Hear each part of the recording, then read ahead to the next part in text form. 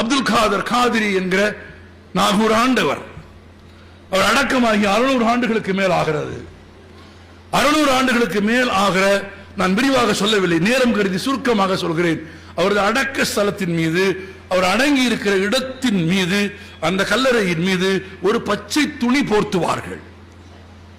அதை ஆண்டுக்கு ஒரு முறைதான் மாற்றுவார்கள். அதற்கு பெயர் கந்தூரி விழா என்று பெயர். ஆண்டுக்கு ஒரு முறைதான் அந்த கல்லறையின் மீது அந்த துணியை போர்த்துவார்கள். அந்த துணி கல்லறையின் மீது போர்த்துவது என்பது ஏறக்குறைய உள்ளே அடக்கமாய் உறங்கிக் கொண்டிருக்கும் ஆண்டவரின் மீது போர்த்துவதற்கு சமமானது. உங்களுக்கு தெரியுமா?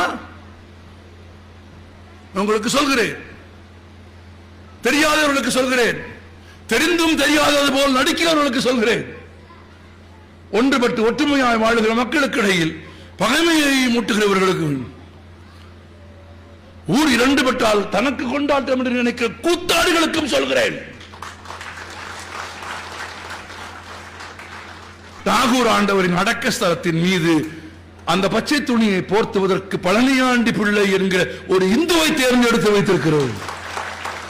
10 தலைமுறையாக, 1 இல்லை 2 இல்லை 10 தலைமுறையாக பழனியாண்டி பிள்ளை குடும்பம் தான் சென்னையில் வாழ்கிறது. ஆண்டுக்கு ஒரு முறை நாகூர் ஆண்டவரின் கல்லறையின் மீது போர்த்துகிற அந்த துணியை நெய்வதற்காக தனி தறி போடுவார்கள். அந்த தறியில் வேறு துணி நெய்ய மாட்டார்கள். எனக்கு கண் கலங்குகிறது.